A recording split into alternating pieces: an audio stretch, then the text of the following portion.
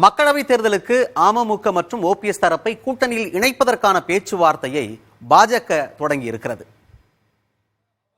நாடாளுமன்ற மக்களவைத் தேர்தல் நெருங்கி வரும் நிலையில் தமிழ்நாட்டில் உள்ள அரசியல் கட்சிகள் கூட்டணி பேச்சுவார்த்தையில் கவனம் செலுத்தி வருகின்றன.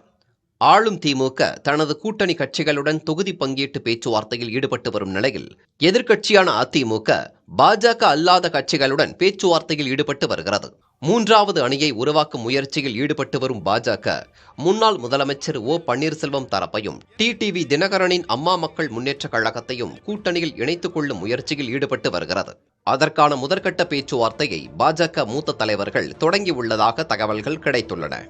இந்த மறைமுக பேச்சுவார்த்தையில் திருச்சி மற்றும் சிவகங்கையில் போட்டியிட அம்மா மக்கள் முன்னேற்றக் கழகம் விருப்பம் தெரிவித்துள்ளதாகவும், தேர்தலில் குக்கர் சின்னத்திலேயே போட்டியிட அனுமதிக்க வேண்டும் என டிடிவி தினகரன் தரப்பில் கோரிக்கை வைக்கப்பட்டுள்ளதாகவும் தெரிவிக்கப்பட்டுள்ளது. இதேபோல் தேனி, மதுரை, தஞ்சை ஆகிய தொகுதிகளை தன் ஆதரவாளர்களுக்கு ஒதுக்கும்படி பாஜகவிற்கு ஓ பன்னீர்செல்வம் வேண்டுகோள் வைத்துள்ளதாக தகவல்கள் கிடைத்துள்ளன.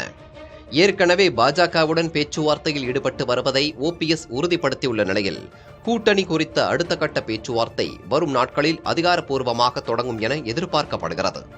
புதிய தலைமுறைக்காக செய்தியாளர் ஸ்டாலின்.